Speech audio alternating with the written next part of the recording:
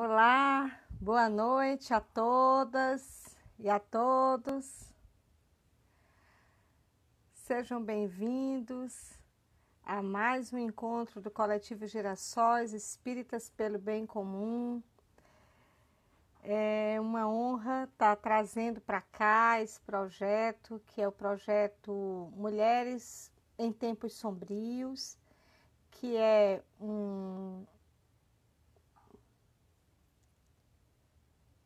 aqui uma oportunidade da gente conversar com mulheres, com o seu protagonismo, que é uma oportunidade da gente entender esses tempos que a gente está vivendo, né? E o modo como algumas mulheres estão passando por esses tempos. Na noite de hoje, nós vamos receber aqui, nesta conversa, a Regina Coeli, que é uma grande amiga, uma pessoa incrível, vocês vão conhecer, e uma pessoa que dirige, né, coordena uma obra aqui em Fortaleza muito interessante, que é o Lar Fabiano de Cristo, e certamente vai falar um pouco, né, sobre esse seu trabalho, mas dela, da experiência dela como mulher neste projeto, né? É uma alegria muito grande estar aqui. Eu acho que esse mundo é um mundo que precisa de luz, e Regina, eu acho que é uma dessas luzes, né, que eu acho que se acende, que se acende em tempos difíceis, que é esse tempo em que a gente está vivendo, né? Esse projeto, ele é um projeto inspirado numa obra de uma filósofa judia, Hannah Arendt, e essa quando ela escreveu Homens em Tempos Sombrios. Ela fez um relato, que é um relato biográfico de algumas pessoas que viveram naquele tempo. A Regina acabou de entrar. Boa noite, Regina. Eu estou falando Boa aqui um noite, pouco, Lídia. estou falando aqui um pouco sobre a ideia do projeto, e aí vou concluir e pego com você. Ok. Então, essa obra, né, Homens em Tempos Sombrios, é uma obra escrita por esta filósofa Hannah Arendt no século XX, e era um tempo muito difícil, que era um tempo entre guerras, era um tempo de ascensão do nazismo, do fascismo na Alemanha, em vários países do mundo. E aí ela fez alguns ensaios biográficos de pessoas, né, que naquele tempo faziam diferença para aquele mundo. Então, ela trouxe algumas histórias de Walter Benjamin, João 23, Karl Popper e outras, Rosa Luxemburgo, que era uma mulher, aliás, a única mulher do livro. E aí, a partir dessas biografias de pessoas, ela começava a mostrar como é que essas pessoas faziam diferença naquele mundo e naquele tempo. Então, eu que sou uma leitora de Hannah Arendt, quando eu descobri essa obra, eu me dei uma vontade muito grande de dizer, eu preciso coletar histórias de pessoas do nosso tempo e de como é que essas pessoas estão atravessando esse tempo. E aí, Regina, seja bem-vinda. Hoje você é a nossa convidada para conversar sobre você, sobre a sua participação neste mundo. Eu acabei de escrever aqui uma coisa a partir do livro, de que a ideia não é a sua história, mas você na história, né? Quer dizer, todos nós estamos vivendo neste tempo, e como é que você, com o seu protagonismo, né, vive esse tempo histórico. Por isso eu começo perguntando quem é Regina Coeli, né? O que é que Regina faz nestes tempos, e que tempos são esses, Regina, que a gente está vivendo? Boa noite a você, Lívia, a todos que estão me ouvindo aqui nesse momento, minha família, em primeiro lugar. Quero agradecer o convite por demais importante na minha vida, e como eu lhe disse, sempre estou tímida nesses momentos de live, mas é sempre uma experiência nova, e eu gostaria de dizer que eu sou Regina, aprendiz do bem. Sempre o bem precisa estar à nossa frente. Então, eu sou um aprendiz incondicional do caminho que devemos todos seguir, que é sentir o bem em nós e fazer o bem a todos que estão à nossa volta. Essa sempre foi minha meta de vida e cada vez mais eu entendo que isso é importante. E quando você fala de luz, né, eu me sinto uma luz que está sempre tentando ficar viva para mim, para aqueles que estão à nossa volta, né? E eu quero dizer da minha profunda admiração por você, Lídia. A gente se conhece há um bom tempo, né? Desde épocas de federação espírita, levando os nossos filhos pequenos para um trabalho que conduz ao bem. Então é isso. A Regina na história se faz fazendo bem e sentindo a felicidade de quem a gente tenta fazer o bem. É isso. Ser luz nos tempos difíceis, né, de escuridão, requer muita experiência da fé, né, Regina? E nós duas somos espíritas, né, militantes no espiritismo já há algum tempo. E eu estava preparando o encontro de hoje e eu estava lendo, eu redescobri o último capítulo da Gênese, é, que é intitulado Os Tempos São Chegados.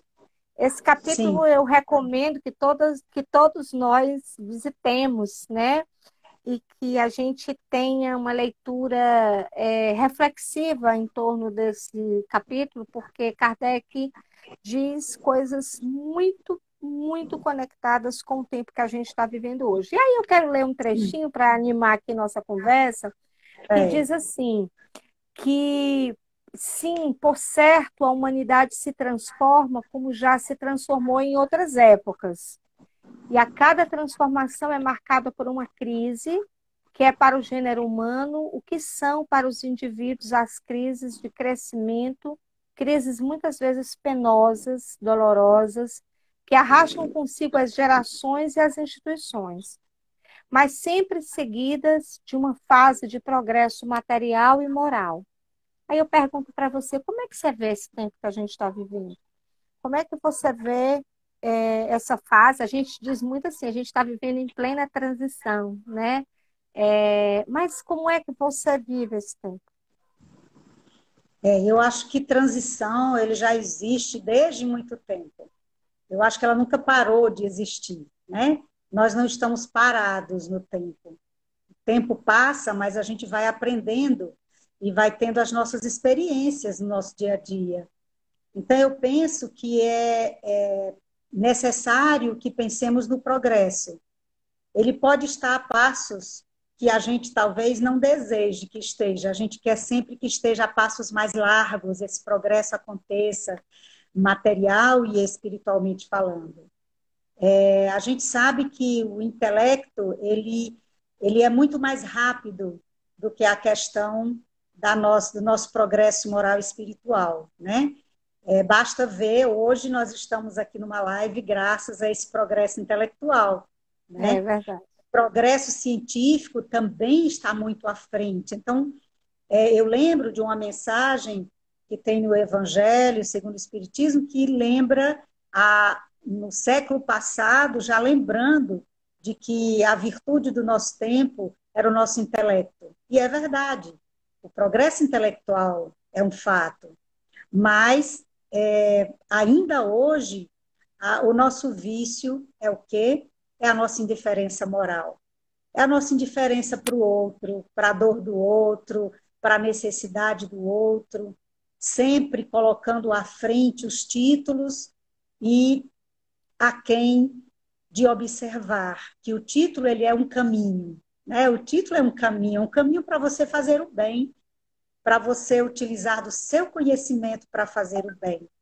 E nem sempre quem chega no ápice de um título, de uma academia, pensa dessa forma, você sabe disso, você vivencia isso na academia. Então, a gente pensa que tudo nos é dado para que a gente utilize bem, né? Para que haja um bom direcionamento para isso. Então, esse progresso, Kardec, quando traz essa mensagem, é atualíssima, porque nos faz pensar nisso. Esse progresso ele está existindo, mas ele vai existir mais ainda e com mais rapidez com a nossa mudança interior, com o nosso olhar, Uhum, né? uhum. Inclusive, é aí que chega um ponto da nossa conversa que eu gostaria de entrar agora, que é a Regina, que é economista de formação, mas é educadora por excelência, por experiência no mundo, né? E aí o lar Fabiano de Cristo é esse lugar onde o bem pode acontecer, porque se a gente está diante de um mundo tão difícil, né, com tantas, digamos assim, desafios para que a gente possa encontrar o norte do progresso, né, a virada de uma geração para outra para o progresso, nós estamos diante de gerações que precisam, digamos assim, ser animadas para isso. Aí que entra a educação. Como é que você vê isso? Como é que o Lar Fabiano de Cristo faz essa tarefa tão importante? Você me fez lembrar a década de 80, quando eu estava na faculdade, né? Sempre gostei de ciências exatas, a minha personalidade é sempre pautada em cima do que é certo, do que é errado. Então, as ciências exatas fazem parte da minha personalidade. Então, eu adentrei as ciências econômicas, mas eu não fui adiante. Eu estava na metade do meu curso, quando eu comecei a sentir que era um curso muito frio, mas, por incentivo de um dos nossos professores, ele nos incentivou a continuar e não deixar pela metade aquilo que começamos. E eu levei isso para a minha vida. Nunca deixemos de lado aquilo que começamos. Que tenhamos o começo, o meio e fim, para que a gente possa avaliar se aquilo é importante ou não. E foi terminando o meu curso que eu conheci o Lar Fabiano de Cristo.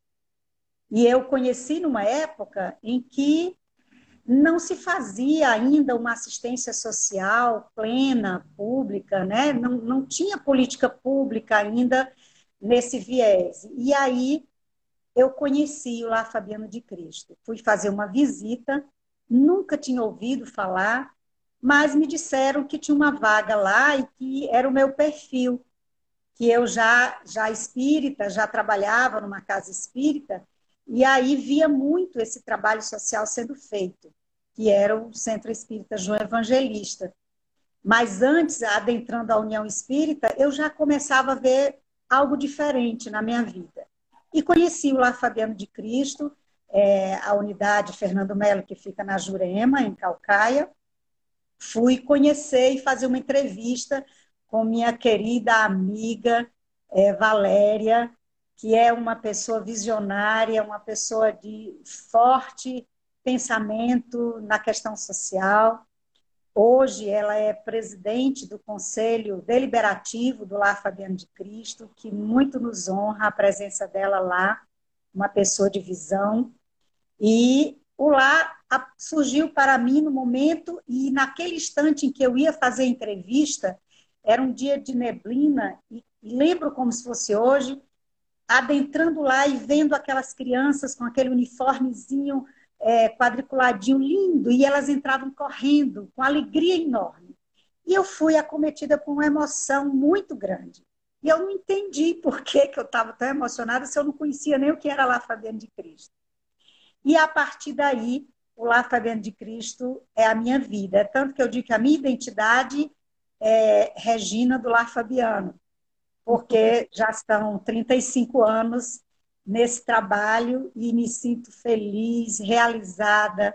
Todos os dias que eu saio de casa ao encontro das famílias, dos idosos, das pessoas, dos colaboradores a quem eu não faria nada se não fosse essa equipe maravilhosa de assistente social, de educadores, de orientadores, de cozinheiros, de serviços gerais, todos. Nós dizemos no lar que todos são educadores, porque todos trabalham pela educação transformadora, que é pela mudança de bons hábitos, para bons hábitos, né? Então é isso, o Lar Fabiano entra na minha vida para que eu pudesse fazer algo por alguém.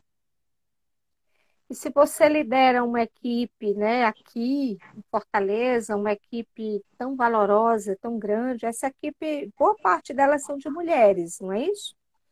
Sim, E, e o nosso tema aqui é sobre mulheres, né? Como é que essas mulheres são, assim, capazes de gerar luz e transformar o meio, né, em que elas estão.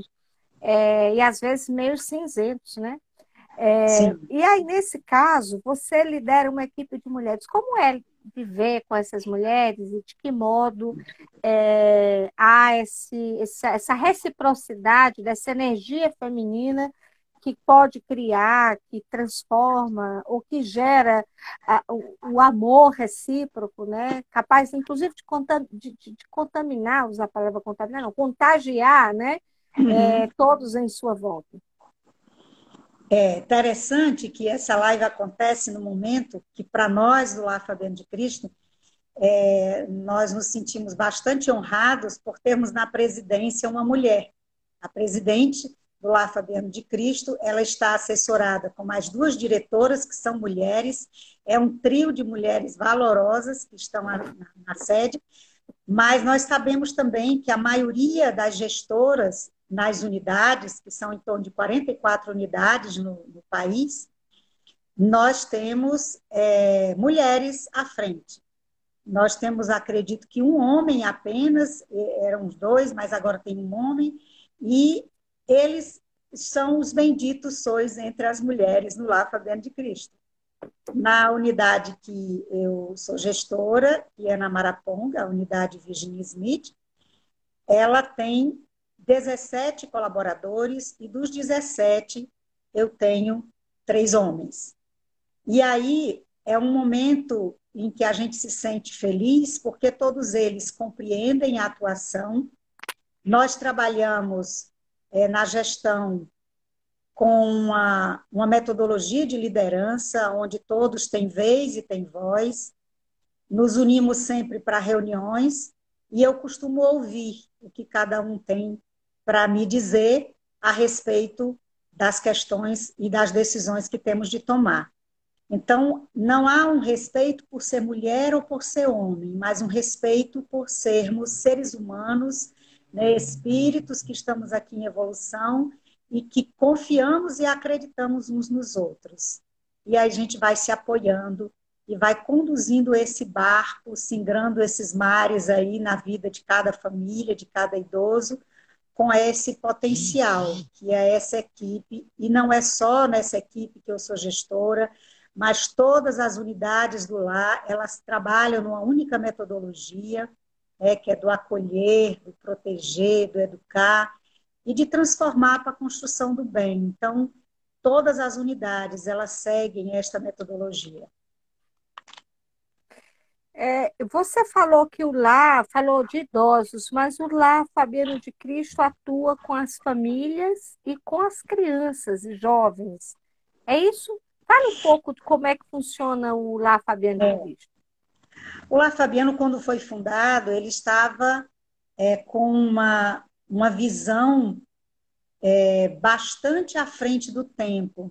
Né? Nós estamos fazendo 61 anos de fundação, fizemos esse ano, e quando foi fundado, nós não tínhamos política pública que atendesse direcionado para a criança ou para o jovem ou para a família, não tinha trabalho direcionado para a família.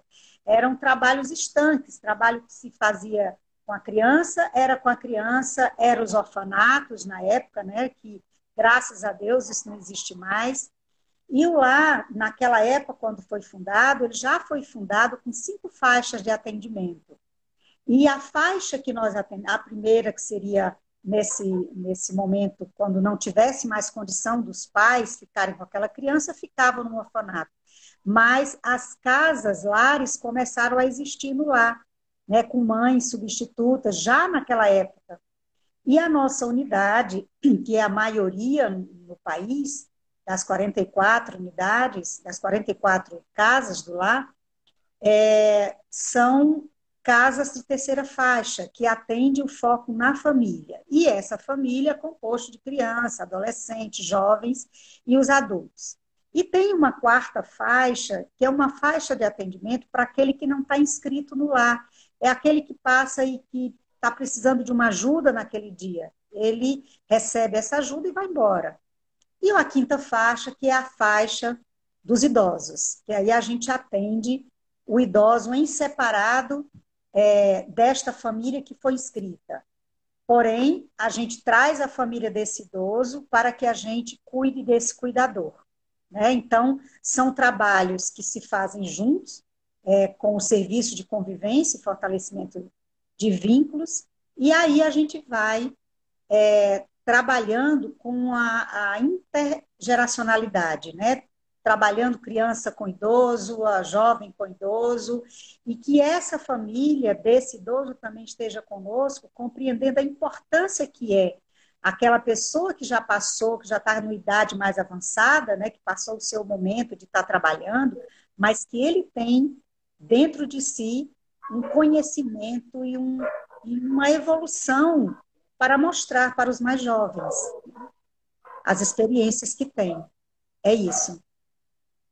Eu, inclusive, eu vi que a Neurilane está aqui, eu estou me lembrando do trabalho dela, que é uma tese linda, que ela fala Linda. sobre um projeto que vocês desenvolvem lá, que é o projeto Grandes Pessoas. E eu queria saudar a Neurilane e todos os outros que entraram aqui na live, a Socorro, o Arthur e tantos outros aqui, Pati, enfim, muitas pessoas, inclusive, que eu particularmente não conheço, deve fazer parte da sua rede. Sim. Portanto, vem aqui também para lhe prestigiar. E eu queria dizer que eu fui avaliadora da banca de tese e doutorado da Neurilane, e ela fala com muita emoção do lar, né? Deste espaço, que é um espaço também de formação. E você começou a nossa conversa dizendo: a Regina é uma mulher que tem por meta o bem, né? E aí eu me lembro do projeto Grande Pessoas, que é um projeto que tem uma marca ética forte de que é formação, que é a formação moral, né? Como é que nesses tempos que a gente está vivendo, qual é a importância dessa formação, Regina?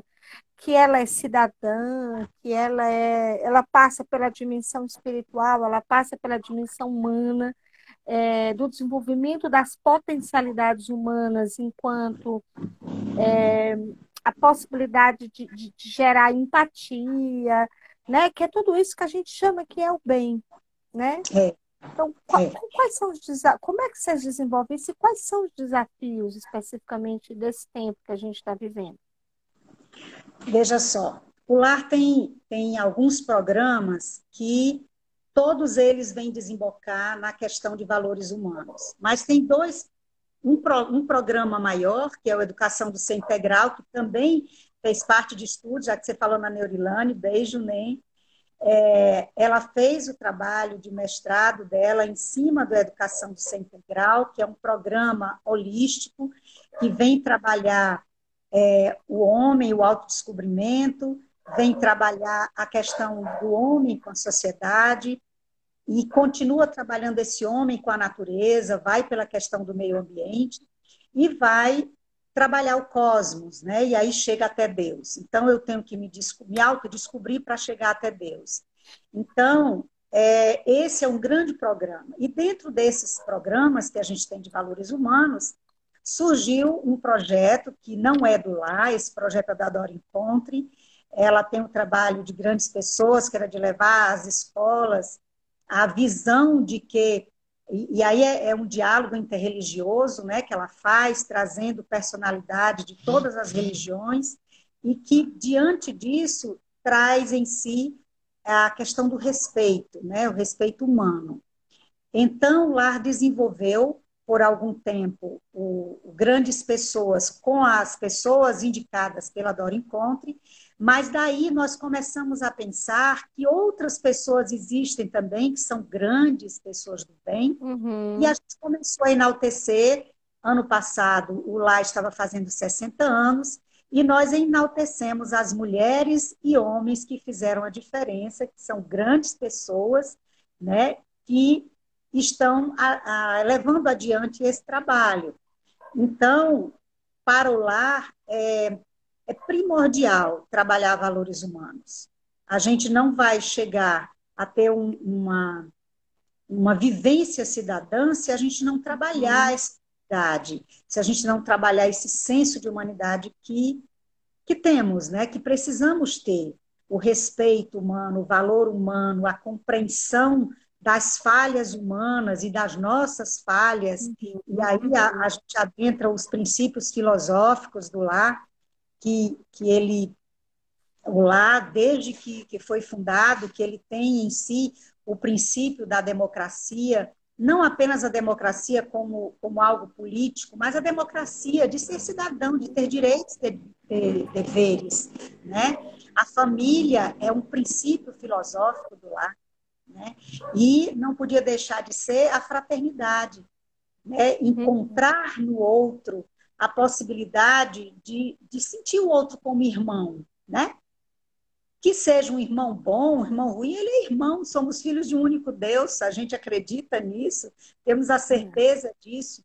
Então, esses princípios, eles vão levando à questão da caridade também, que é outro princípio forte no lar, não a Uhum. caridade Uhum. apenas material, eu quero doar algo materialmente, mas a caridade no seu amplo sentido, né, que é sentir, ouvir, está contribuindo, isso é caridade, né? E aí por aí vai dentro da busca da reforma íntima, isso levando a um ser consciente. Então, o desemboca esses todos os princípios, 6 princípios, eles vão para um princípio maior que é a consciência. E para nós, a consciência cidadã, né? A consciência Uhum. do homem de bem, que a gente precisa desenvolver em nós. A consciência cidadã, ela é eminentemente política, no sentido de que é nessa relação com a polis, né, com a cidade, com as Uhum. pessoas, e que envolve o bem comum, né, que é o Sim, lema do nosso coletivo, que é o bem comum, que isso. está, inclusive, relacionados a isso. E aí, quando você falava, eu selecionei alguns trechos desse capítulo que eu te falei, dos tempos são chegados, e tem um trecho de Kardec que é muito, muito semelhante a esse da educação das novas gerações, porque a passagem de uma geração para outra, ela vai preparando um mundo para que a geração seguinte possa prosseguir e levar consigo valores que são valores novos. Que valores são esses? Kardec nos fala que é a fraternidade. Olha o que ele nos diz, que lindo. Ele diz: a fraternidade deve ser a pedra angular da nova ordem social. Mas não há fraternidade real, sólida e efetiva se não se apoiar sobre a base inabalável. Essa base é a fé, não a fé em tais ou quais dogmas particulares, que mudam com os tempos e os povos que comumente se apedrejavam, visto que, sistematizando-se uns aos outros, alimentam o antagonismo, mas a fé nos princípios fundamentais que todos podem aceitar: Deus, a alma, o futuro, o progresso individual, indefinido, a perpetualidade das relações entre os seres, quando todos os homens estiverem convencidos de que Deus é o mesmo para todos e de que Deus, soberanamente justo e bom, nada pode querer de injusto, que o mal venha dos homens e não dele, que o mal vem dos homens e não dele. Todos os considerarão filhos do mesmo Pai e se estenderão as mãos uns aos outros. É essa fé que o Espiritismo faculta e que doravante será o eixo em torno do qual girará o gênero humano, quaisquer que sejam os cultos e as crenças particulares. Isso tem muito a ver com o projeto Grande Pessoas e muito com a ideia da educação do ser integral, porque você Sim. prepara essa geração para uma vida coletiva. Hannah Arendt, que é essa filósofa que nos inspira hoje também, esse projeto, ela diz que a verdadeira política ela ocorre dentro da esfera pública. Então, a esfera pública é o momento em que existe a convivência entre as pessoas. E é essa convivência que nos faz de algum modo, poder interferir na vida uns dos outros, né? Como é que você interfere na vida das pessoas, Regina? Você se vê interferindo na vida no sentido de inspirá-las ou aconselhá-las ou, de algum modo, servir de guia, não É, sei se a palavra é guia, mas todo mundo que tem luz acende ali algo que pode direcionar, né, alguém. Como é que você vê isso? eu costumo dizer que quem acende a luz é o primeiro a ser iluminado, né? Alguém já disse isso em algum tempo, que nós não podemos ser luz sem iluminar onde a gente está, né? Verdade. Então, eu aprendi com o nosso fundador, um dos fundadores, que, na verdade, os maiores pensadores e que foram escolhidos, tem uma história linda, que eu não sei se tem tempo para a gente contar, que é a Tem história sim. de como que iniciou a obra de Fabiano na Terra, né? Então, o nosso presidente, fundador presidente, Jaime Hollenberg, dizia que não deveria nunca faltar às pessoas três coisas. Uma delas era o sorriso, porque a simpatia atrai. Né? E dizem que ele brincava, eu não conheci ele encarnado, mas eu conheci através de amigas como a Valéria, a Regina Oliveira, que é a nossa presidente, a Lavínia Gross, que conviveu com eles e me passaram essas informações, que não deveria faltar o sorriso. E ele dizia, eu sou um homem feio, com um sotaque de sergipano que ele era. Se eu ficar carrancudo, ninguém vai rir para mim nem se aproximar. E aí ele sorria. As fotos que a gente tem dele é sempre sorrindo. Então, uma delas é o sorriso. A outra é a mão amiga, que não deve nunca faltar, que é esse senso de fraternidade, de solidariedade, essa mão amiga de que toca o outro, e quando você toca, você passa energia, né? E a outra era a prece. Não deveria nunca faltar essa ligação da criatura com o Criador. Então, eu tenho levado essas três coisas para a minha vida. Então, para mim, sorrir é muito bom.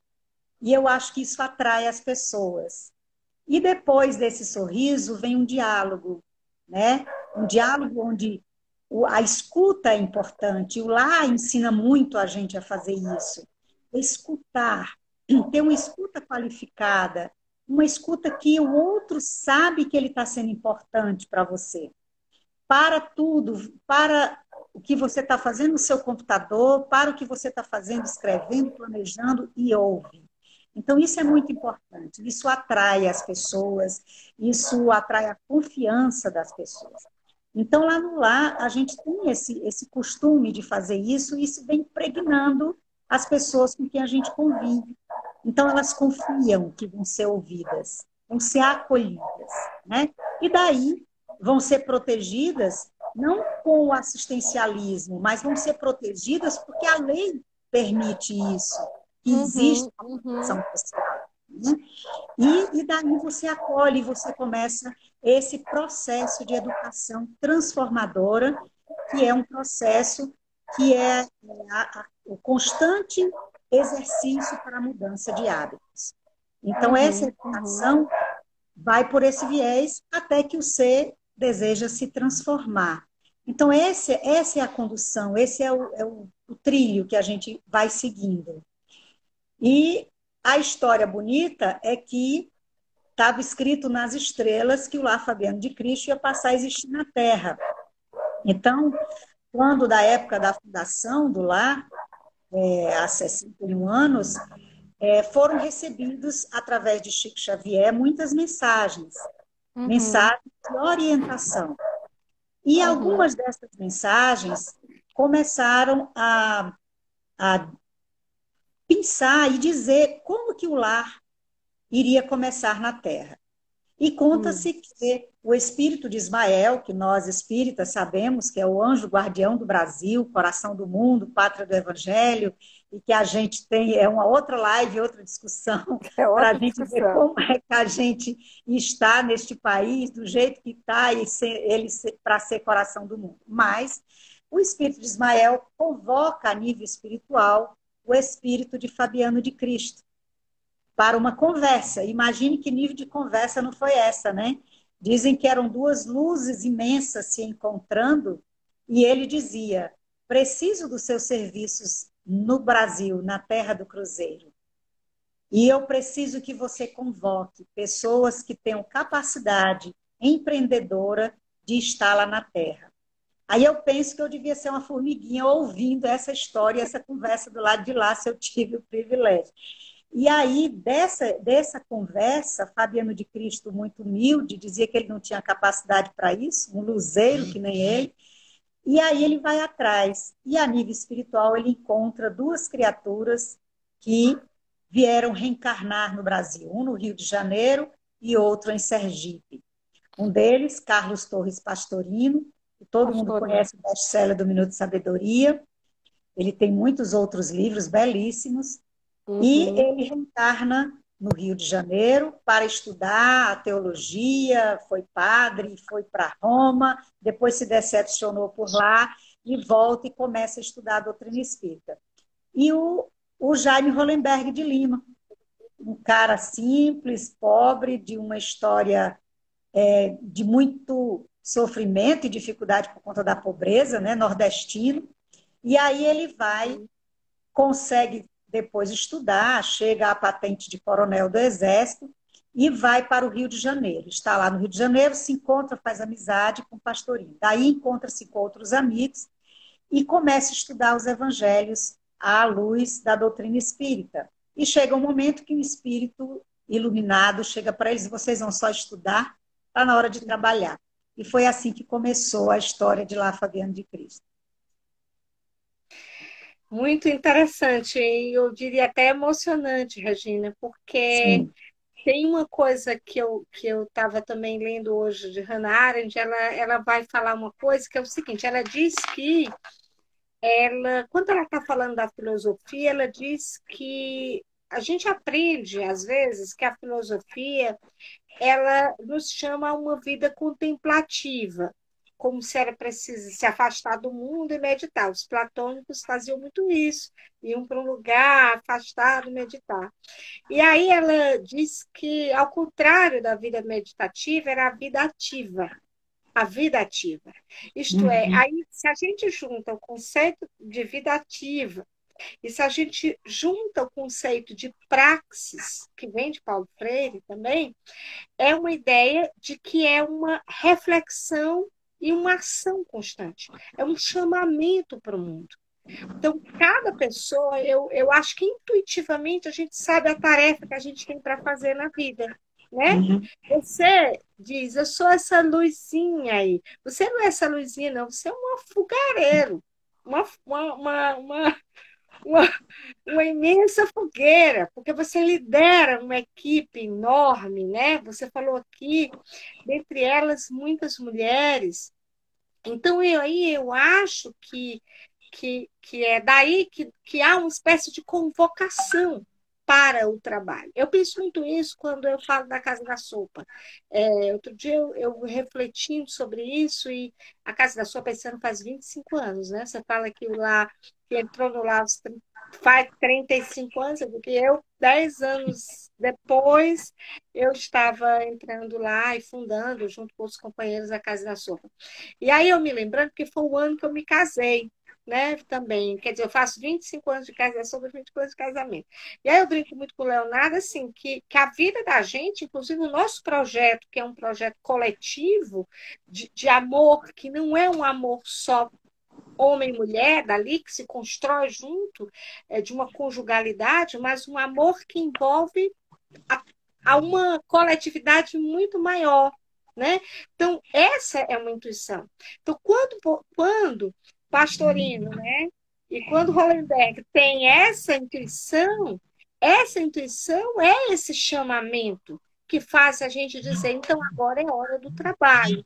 Não é hora só de estudar, é hora de trabalho. E a gente percebe que as grandes pessoas são pessoas que estão ativas no mundo. Elas não estão só pensando o mundo, elas estão pensando e fazendo e agindo e transformando o mundo, né? Eu queria fazer um registro aqui, voltando um pouco para a sua história de vida, né? A Alane falou um pouco de que várias vezes você foi conselheira dela, né? Eu queria mencionar aqui Paloma, que tem falado muito de uma obra que é a obra que fala das grandes pessoas, do projeto Grandes Pessoas. Então, assim, quem é a Regina capaz de interferir na vida das pessoas? Eu tinha feito essa pergunta, você escapou e foi para falar desses homens grandiosos também, iluminados, que construíram lá. Eles tiveram a intuição de construir o lar, mas parece que quem mantém o lar e quem faz ele acontecer são mulheres, né? Então, quem são essas mulheres? Fale um pouco delas e de que modo, Regina, você interfere nessa história desse projeto tão grande, tão iluminado. É. Primeiro, eu quero dizer que essas mulheres tiveram grandes condutores, né? Que foram homens, homens que fizeram a diferença dentro do Lar Fabiano e que conseguiram construir em nós essa, essa vontade, né, de estar junto fazendo bem. Então, eles tiveram seus momentos, temos lembranças maravilhosas de gestores, presidentes do lar, todos homens, e nesse último mandato agora, de 2018 para cá, nós estamos com 3 mulheres, né? A Regina Oliveira, a Cirlei e a Lavínia Gross, que são amigas nossas e que vivenciaram dentro do Lar Fabiano que eu vivencio como supervisora. Eu tenho um cargo de gestão de supervisora e elas também tiveram durante anos. Se aposentaram, saíram e foram convidadas por um presidente, que já não era mais presidente nessa época, mas um grande amigo nosso, e que é querido do movimento espírita, o César Reis, que é professor, um educador de mão cheia. Como diz uma amiga nossa, a gente ama de paixão, porque ele é um conteúdo enorme dentro do movimento espírita, nacional e internacional também. E ele deixou para nós, ainda nessa existência, que ele ainda está encarnado, esse legado, essa confiança que a gente tem que ter. E a mudança que a gente proporciona nos outros não tem outro caminho. É buscar dar o exemplo. Né? Nem sempre nós temos exemplos 100% bons, mas a gente procura enaltecer o lado luz que a gente tem, porque a gente sabe que luz e sombra, eles existem, vão e vêm na nossa vida, né? Mas a gente procura enaltecer o lado luz. E existe um trecho, eu estou sempre me reportando ao Evangelho, porque eu não leio só o Evangelho, eu estudo o Evangelho e tento ir para a prática, que tem um capítulo.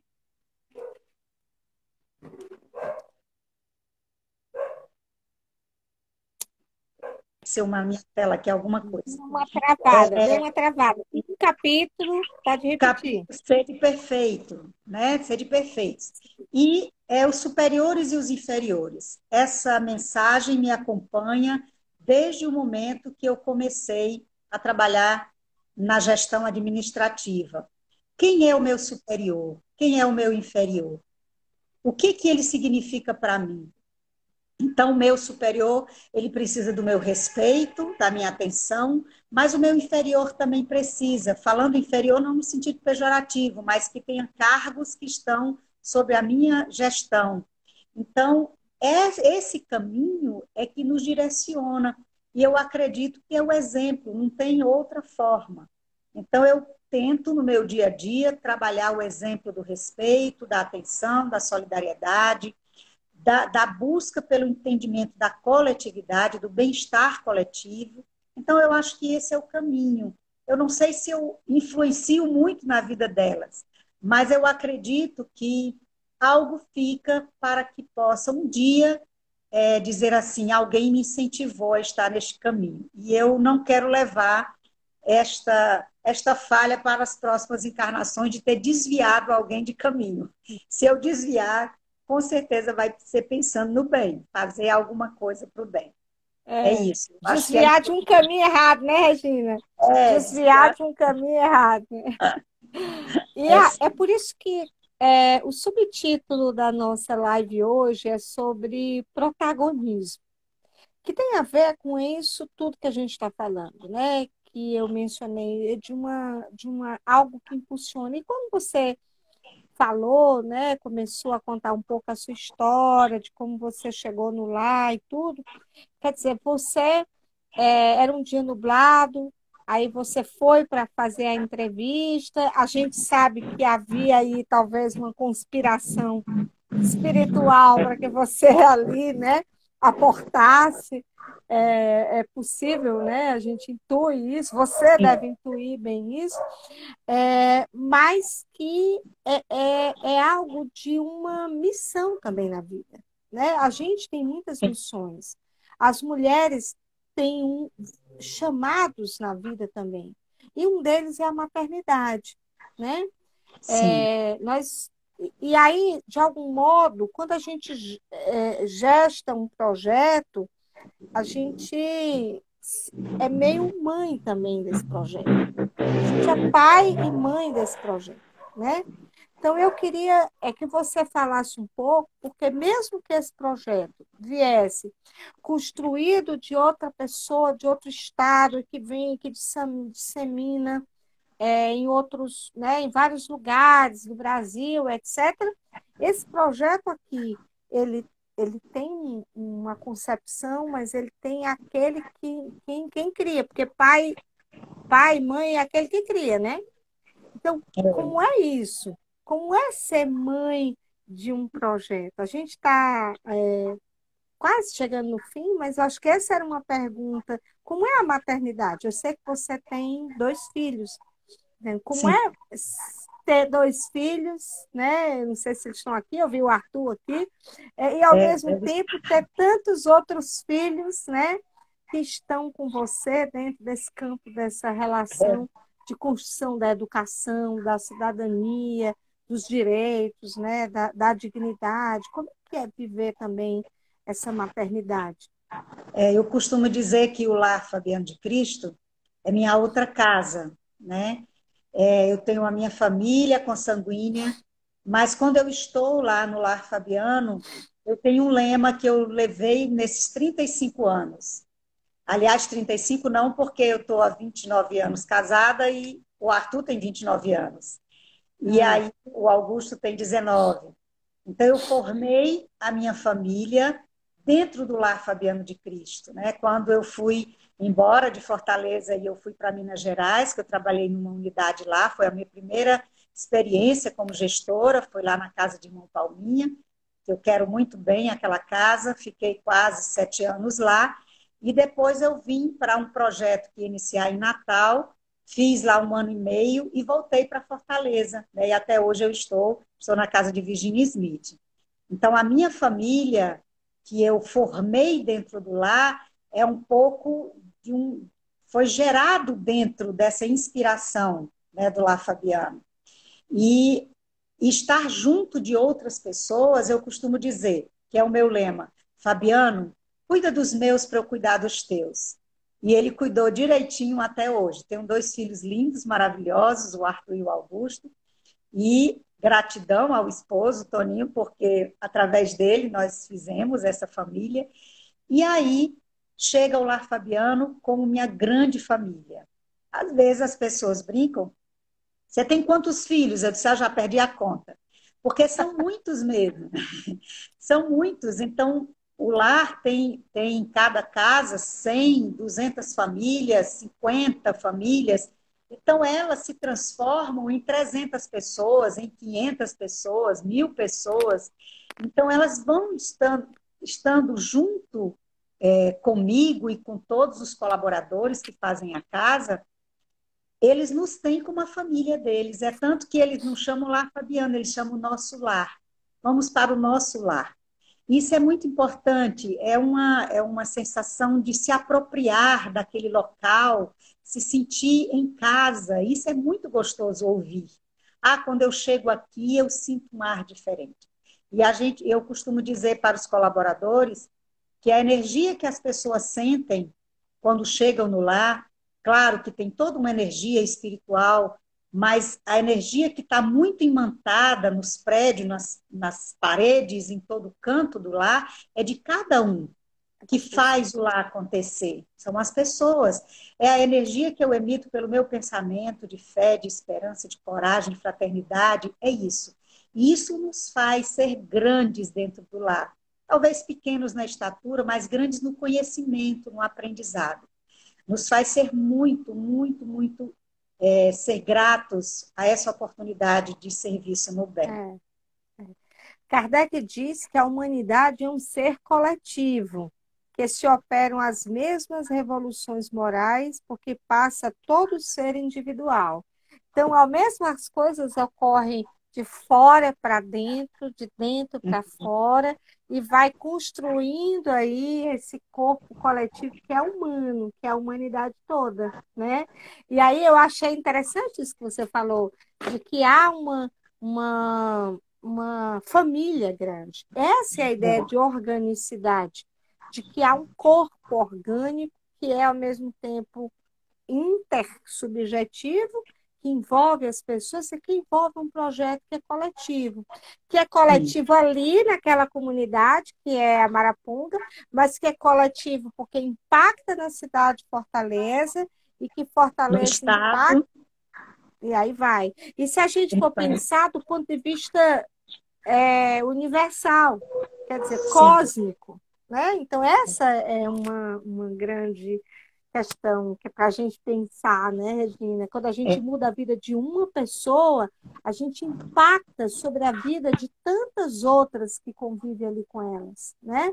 Então, eu acho que é, isso é uma questão para a gente pensar. Nós estamos aqui nos nossos momentos finais, eu vou dar 2 minutos para você fazer a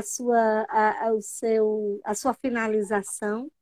Mas antes desses 2 minutos, eu queria. É bem pequenininho, um trechinho do Galeano, do Eduardo Galeano, é um poema dele, que ele diz assim: um homem subiu num povo, que era o povo Neguá, no litoral da Colômbia, e conseguiu subir ao alto do céu e na volta contou. Ele disse desse jeito. Disse que tinha contemplado lá de cima a vida humana.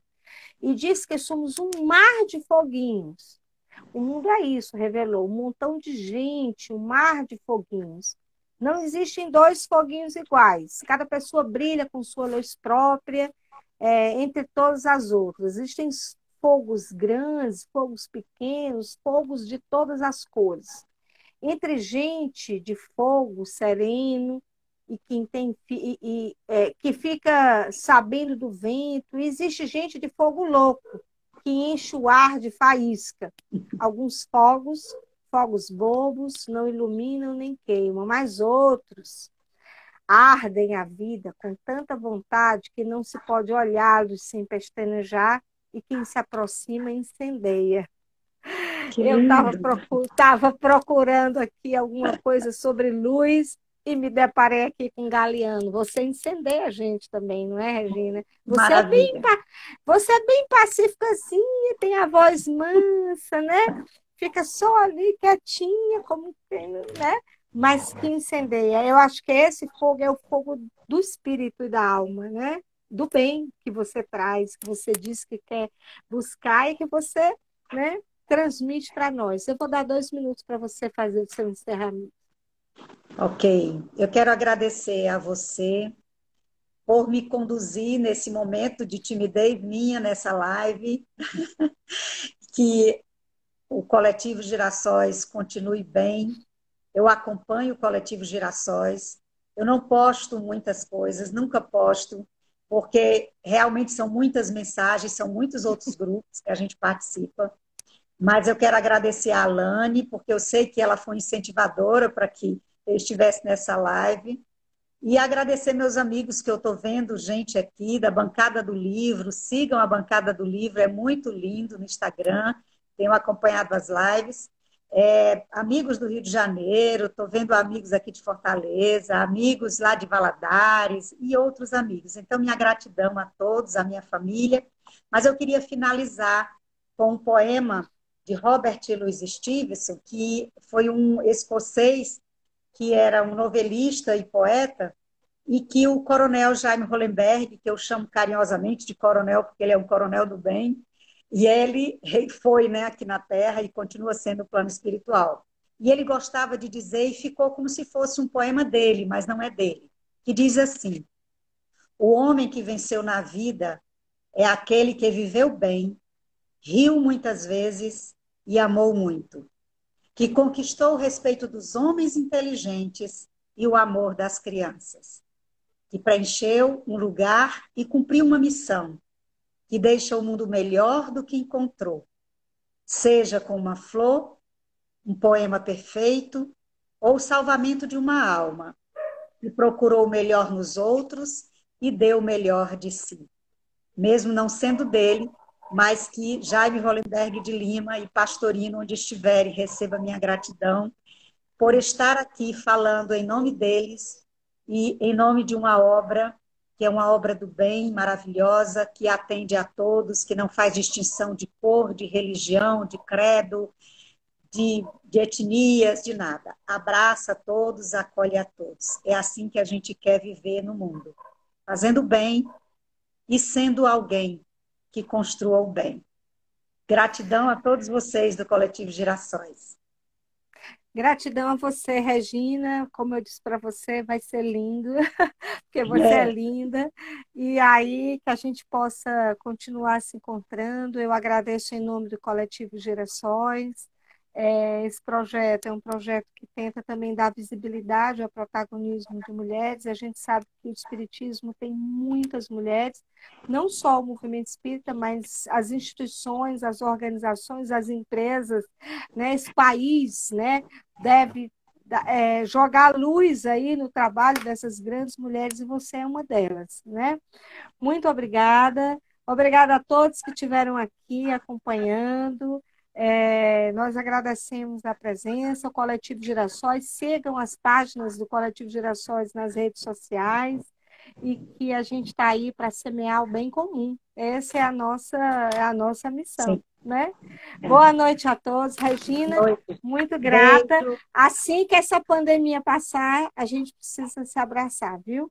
Sim, com Espero que certeza. a Vai gente um abraço virtual se para todos. encontre aí para dar esse abraço. Obrigada a todos, um grande abraço a todos que estiveram aqui.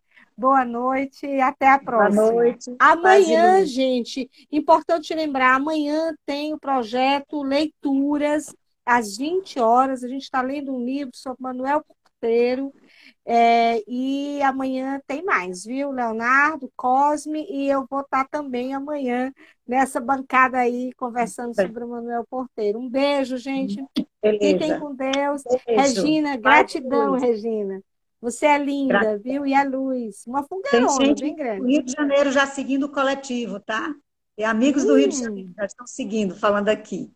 Beijo, Muito gente. Muita bem. paz. Beijo, gente. Tchau.